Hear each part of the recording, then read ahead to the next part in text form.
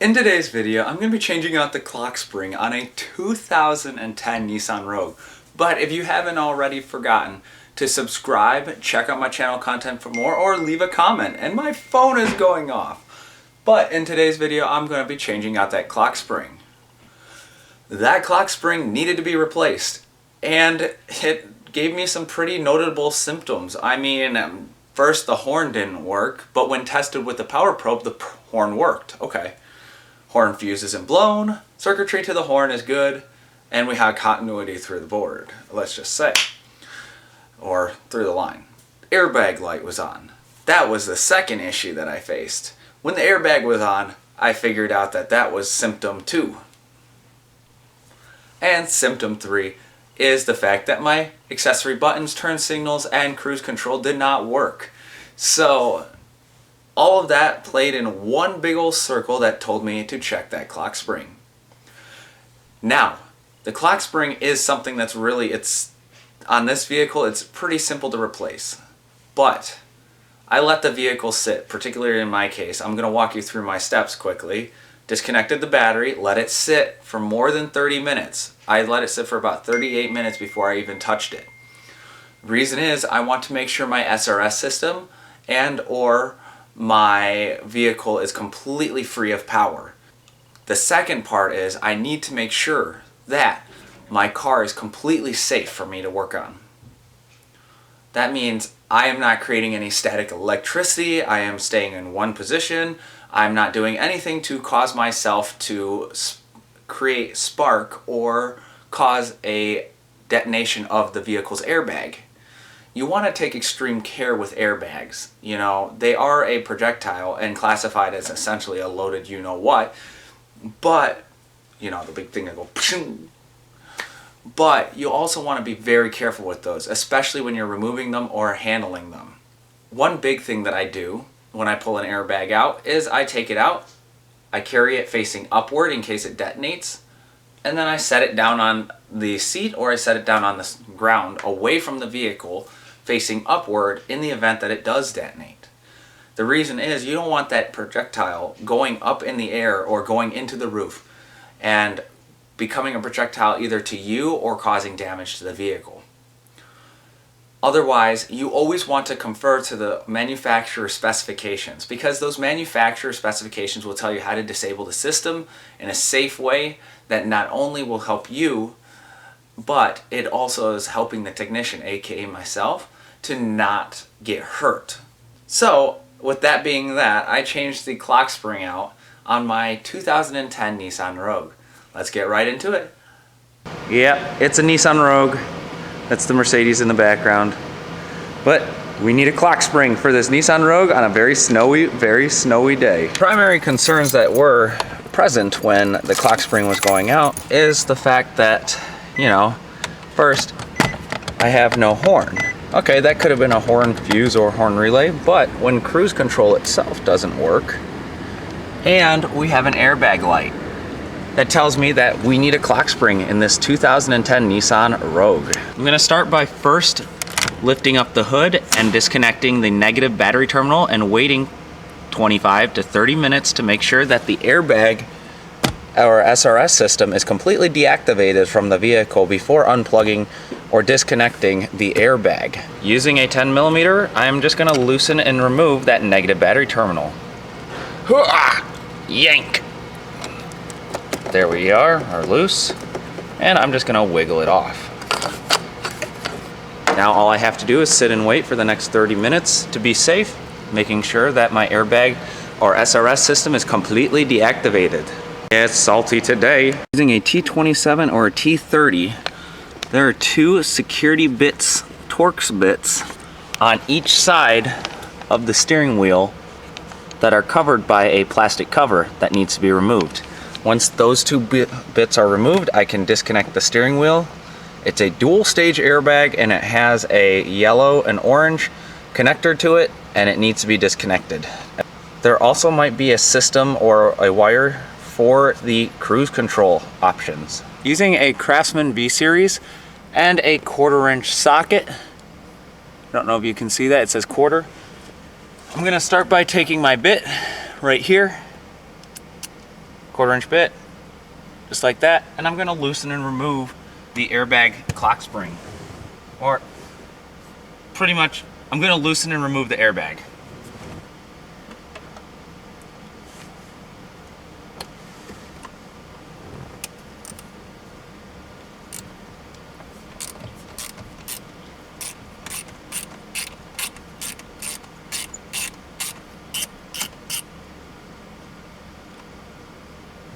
I'm going to remove the cover for this side, which just flew on the floor. Here's the cover. And I'm going to do the same thing here on this side.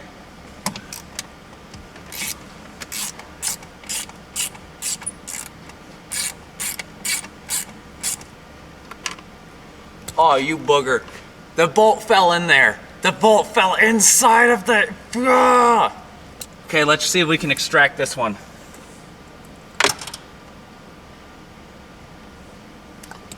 There's this one. Now the airbag can carefully be removed. We want to be careful and stand out of the way when we do this in case it deploys.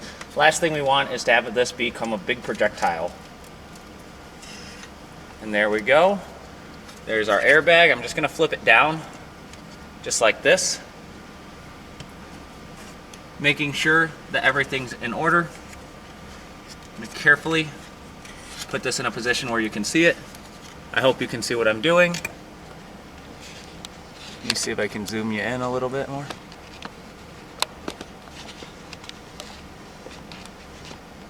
There we go. See, we have the yellow and the orange for the dual stage airbag. I'm just going to carefully pop the black clip up.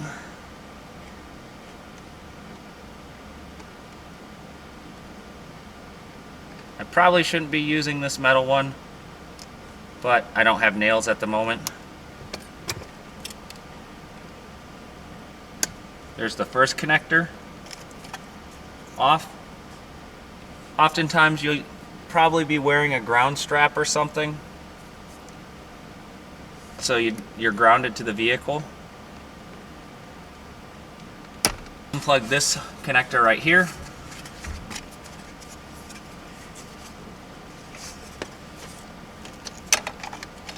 As well.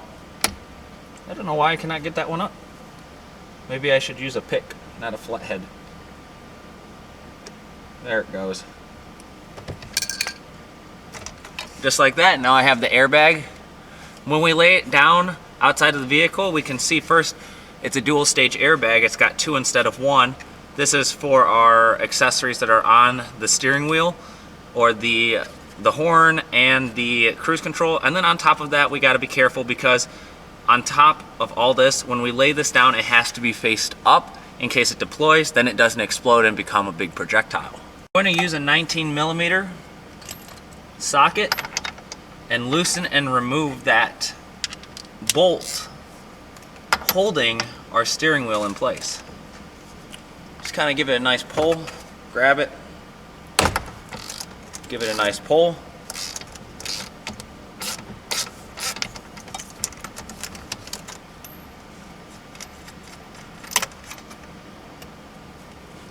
There's our nut. I feel like you might want to see this. Right here, there's a little notch. I don't know how well you can see it, but right here there's a notch, and then here there's a notch.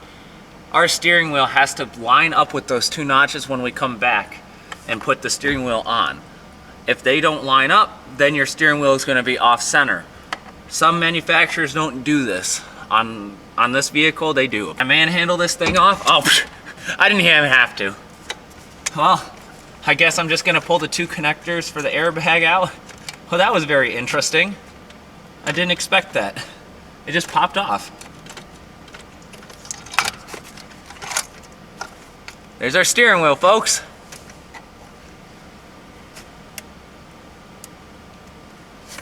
In order for me to remove the cover, I need a Phillips head screwdriver. There are 3 Phillips heads that hold this cover into place. All I have to do is reach underneath, unscrew it, and I'm just going to do that for the other 2.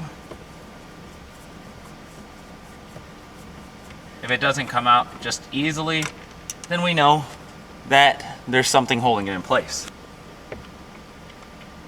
There's our second one.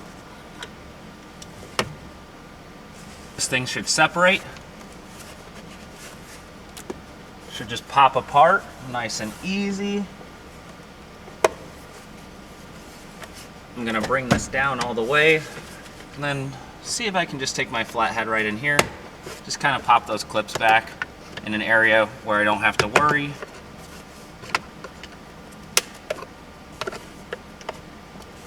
See how I can get this thing apart. There we go. Just kind of popped apart. I think the bottom half will come out as well. Just kind of wiggle it, wiggle it, wiggle it. Wiggle, wiggle, wiggle. Oh! Can't forget about this for the keyhole. Wiggle, wiggle, wiggle. Gotta go up. Gotta go up. Ah. And this bottom half is out. It's about time we got to the clock spring. So there are 2 Phillips screws that hold this into place. I'm just gonna loosen those up.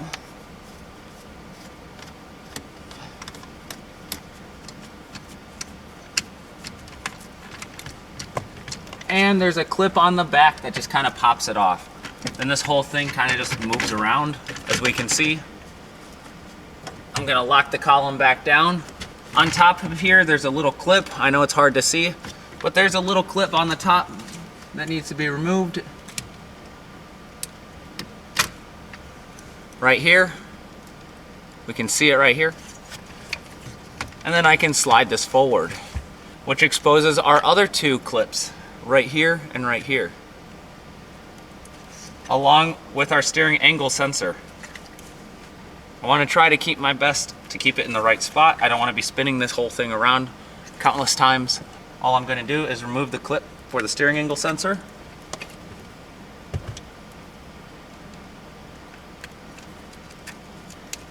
Like this. This is a weird plug. It has to go in the same way it got removed. All I'm going to do is just hit this, remove it. Somebody is calling me.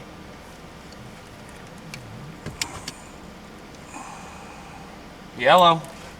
How is Alex doing? I'm tearing apart a clock spring right now. There are 2 clips right here.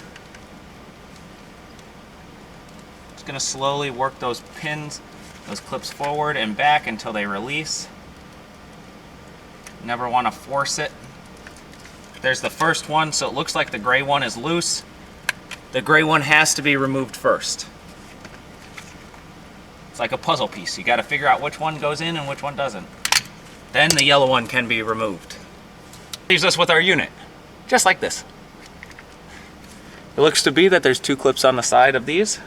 You just squish those together and this will pop right out, I believe. Yep. Just like that. I'm gonna just take our new clock spring, make sure that it fits right in place, just like this. It looks like it does. And I'm gonna take our parts, what's left of our old parts, and slide that into place, making sure it clicks right into place, just like that. Do the same for the turn signal stock. Pull that right up and out. Apparently there's a liquid in here. I don't know if you can see that, but there's a liquid in there. I don't know what it is. All I'm gonna do is the same thing, just kind of slide it in until it clicks. Nice. Nice. The last thing I have to do is the steering angle sensor. That steering angle sensor has to be removed right here. They are some very small, like P1 Phillips or something. It locks in. For the steering angle sensor, there's a P1 Phillips that's in there. Very small screws, light torque application here.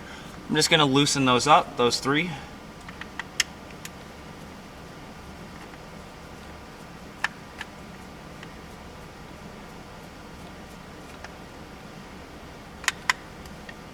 Here's that 3rd one.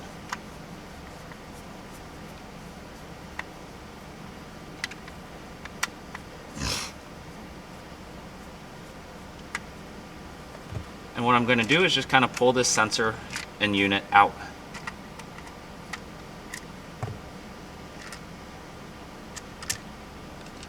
Here's our unit. It's a Bosch unit. And here's our old clock spring. It's a little loose, but I don't know what caused it to fail.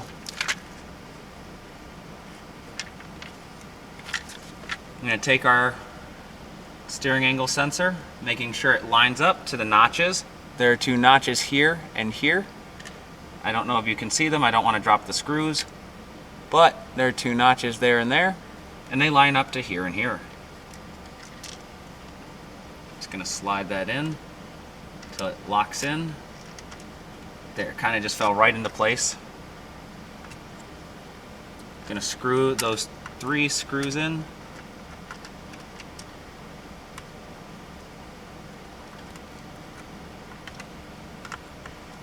And I'm just going to snug those down. So now, with everything assembled, we can start reassembling the steering column. Starting with the yellow first, I'm going to slide that in, just like that. Then I'm going to take the gray, because it went in second, and I'm going to slide that in as well, like that. Taking our SAS steering angle sensor module or sensor here, plug that in. All I have to do now is bring this up until it snaps, just like this. Plug in the connector on the top for our windshield wipers. You might hear an audible click, just like that. Oh yeah. I'm going to take the 2 screws right here and here, and I'm going to tighten those down. There's 1.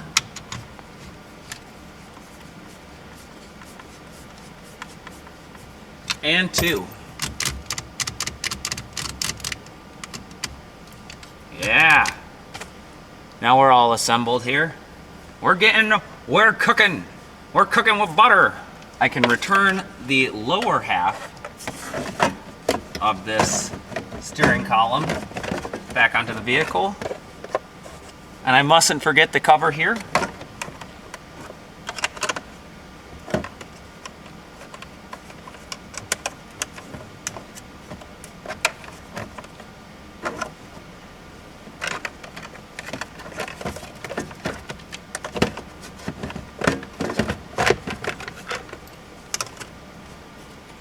Okay, there's the bottom half. I'm going to bring it down like I had before. Reinstall the top half and it will click together. Don't force it, it will go pop.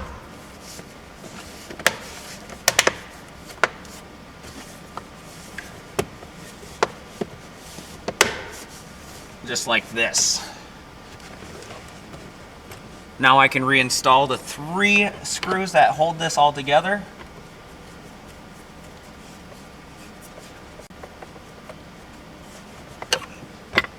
Coolio! Bring the steering wheel back, making sure that I route the 2 wires straight through the front of the steering wheel, through that little connecting hole. One there on one side, one on the other.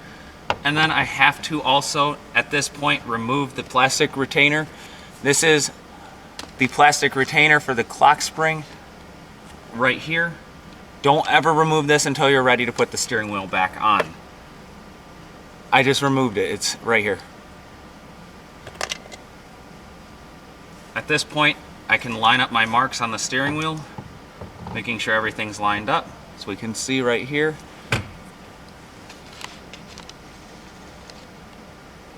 My little line here is lined up to here.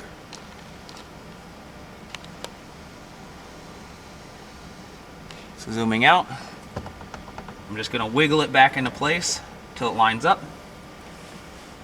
Bring back the 19mm bolt.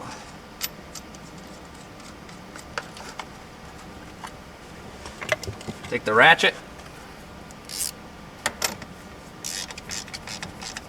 I'm going to tighten that down until it bottoms, pulls that taper in, and then give it a nice pull. If I could remove this with just my hands, obviously it wasn't that tight, so I'm just going to give it a nice snug yank to kind of pull that taper in, like that. Give it a tap, and I can't go any further. Just want to make sure that none of these wires are pinched and or damaged. And at this point, I can bring back the airbag to the vehicle. I'm gonna take extreme care with the airbag when I reinstall it into the vehicle. I'm not kneeling because it's cold outside and it's wet. But what I'm gonna do is first plug in the airbag itself. So yellow and orange, make sure they go in their right spots. I can zoom you in a little bit. I'm gonna reinstall the orange first. I don't know if I have it in the right direction. Maybe I have to go the other way. Yep, I was upside down. I'm just gonna clip that clip back into place. Come on. There it is. I'm gonna do the same thing for the yellow. Push that down.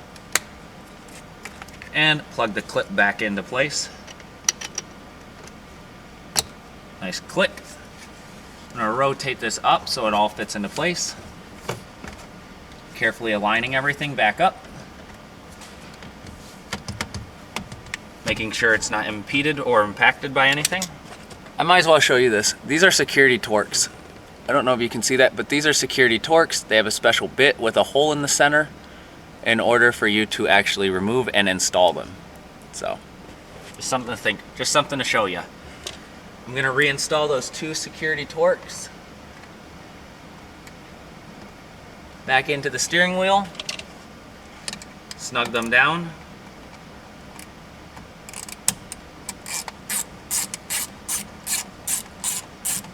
This side of the steering wheel had the cover, so I'm just gonna put the cover back into this side.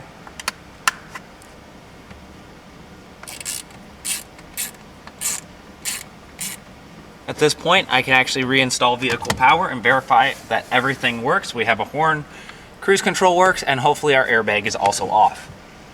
Having reconnected vehicle power, we can hear the vehicle making noise. I don't hear anything bad. Let's check our horn.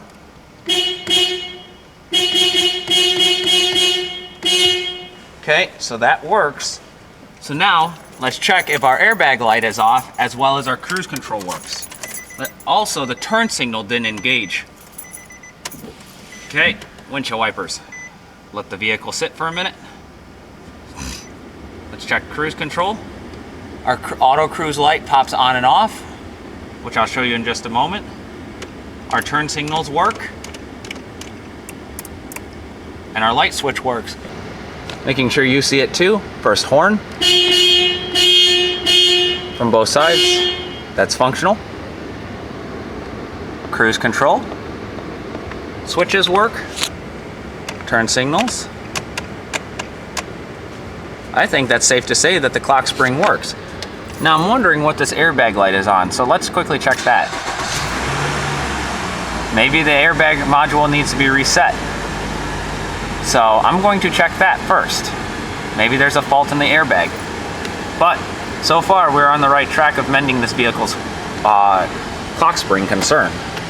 We had an open circuit originally when I checked it. Current, let's see, trouble diag record. Let's see if we have that code still. Yep, there's our original one. Our history code. There's no more codes present. Current codes, no codes present. Okay, so let's stop communication. Let's check our dashboard. I didn't even have to clear it. It went through. It's not difficult to replace the clock spring on a 2010 Nissan Rogue. And believe me when I say this, it isn't. It's just the process to get there.